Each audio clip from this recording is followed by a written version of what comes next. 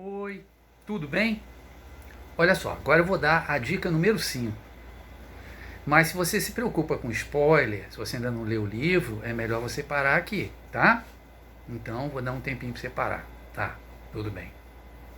Você ainda está aí? Você quer saber qual é a dica número 5? Bom, a dica número 5 é uma dica 2.0. O que eu quero dizer com isso? Não é uma dica só para ajudar você a ler o Grande Sertão Veredas. É para ajudar você a entender melhor o Grande Sertão Veredas. Né? Então, primeiro vou ter que dar uma volta, fazer um passeio. Né? Vão para a Antiguidade, vão para Tebas.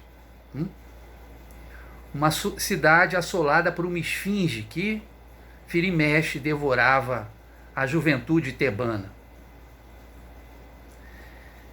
Quando começa a peça, né? Só que um jovem chamado Édipo, ele no caminho para Tebas, ele acaba decifrando o enigma da esfinge. Né?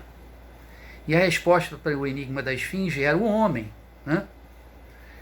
Que era qual o animal que na infância anda em 4 patas, depois em 2 e no final da vida em 3. É o homem, ele engatinha, depois ele anda em pé e depois ele usa a bengala. Né? Mas essa resposta é altamente irônica, né? Porque fica parecendo que Édipo sabia o que era o homem. Então, quando começa a peça de Sófocles, Édipo tirano, e aí o título já explica tudo, né? Édipo não vai ser um rei, ele vai ser um tirano. Tirano é alguém que, digamos, abusa do poder. Tirano é alguém que chegou ao poder por meios ilícitos. Né? Tirano é uma pessoa que se vale de violência. Bom, o jovem Édipo, né, na verdade, não sabia, mas antes de chegar na esfinge, ele teve um encontro no meio da estrada com um sujeito que não o tratou muito bem e aquele matou. E ele não sabia que esse sujeito era seu pai. Só que ele chega em Tebas e é acolhido como um herói. O rei tinha morrido, ninguém sabia quem tinha matado, tinha sido Édipo. Só restava a rainha, mas esse herói, esse jovem, tinha matado a esfinge. Né? Nada melhor do que transformar esse jovem no rei. E aí ele casa com a rainha, que ele não sabia, mas era a mãe dele. Então começa a peça, né? A gente tem um alto grau de ironia trágica.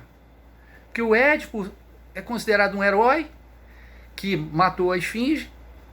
Ele acha que ele era um rei, que ele era uma pessoa justa, que tinha feito bem para a cidade. Mas a cidade está sofrendo com a peste, está sofrendo com a doença e tem que descobrir a origem disso. E o Édipo, muito rigoroso, então, manda que seja feita uma investigação pesada. Né? Mal sabendo que ele está investigando o seu próprio crime. O que ele vai descobrir, no final das contas, é que ele é o criminoso. Então, qual é a ironia trágica? É que para os atenienses, 15 mil, 20 mil atenienses que estavam ali, né, naquelas arquibancadas de madeira do teatro, assistindo a essa peça de Sófocles, eles já sabiam quem era o Édipo, eles já conheciam aquela história. Né?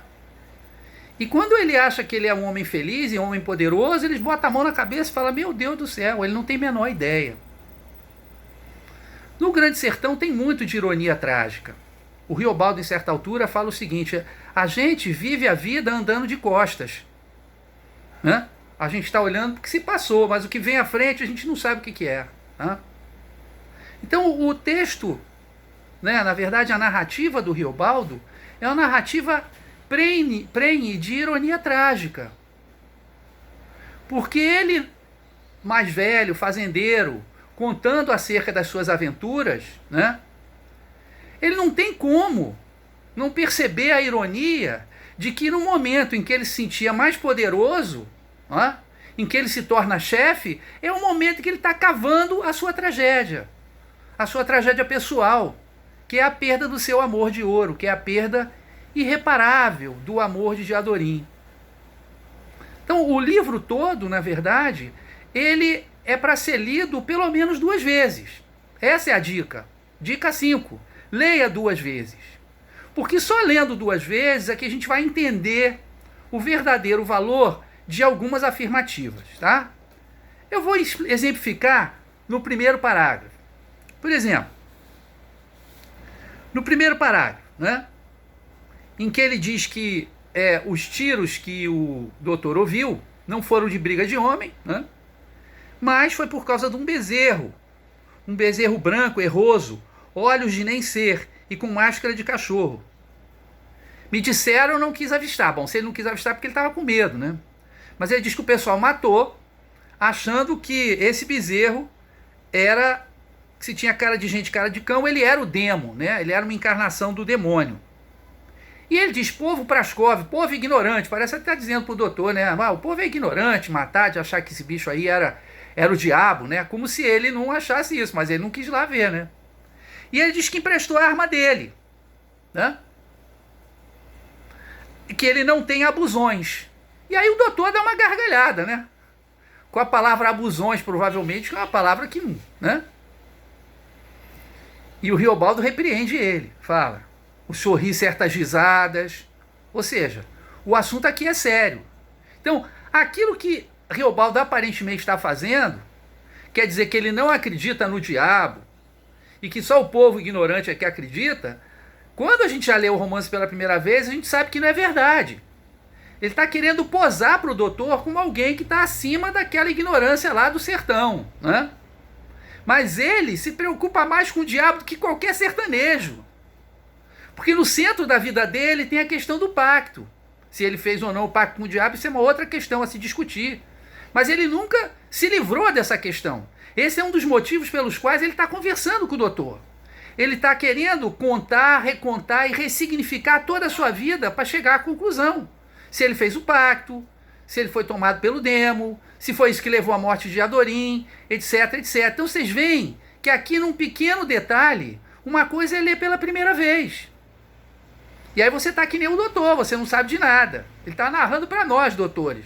Mas quando você lê pela segunda vez, você percebe que não. Então tem uma hora que diz assim, não, sabe, doutor, esse negócio aí do diabo é uma questão que para mim tem uma certa importância. Não tem uma certa importância. Está no centro da vida dele. Está no centro da busca dele, que nem o Édipo, né? Ele está querendo buscar quem é o culpado. E até certo ponto, que nem o Édipo, ele vai descobrir que o culpado é ele. Ele vai descobrir quais são os seus erros. Ele vai descobrir qual foi o seu papel na morte de Adorim. É por essas e outras, para não deixar esse vídeo muito longo, que já está longo, eu sei, né? Ninguém hoje tem nem 10 minutos para conversar, é que a gente pode dizer, a verdadeira leitura do Grande Sertão Veredas é a segunda leitura. É essa que realmente vale, tá bom? Valeu, gente, um beijo.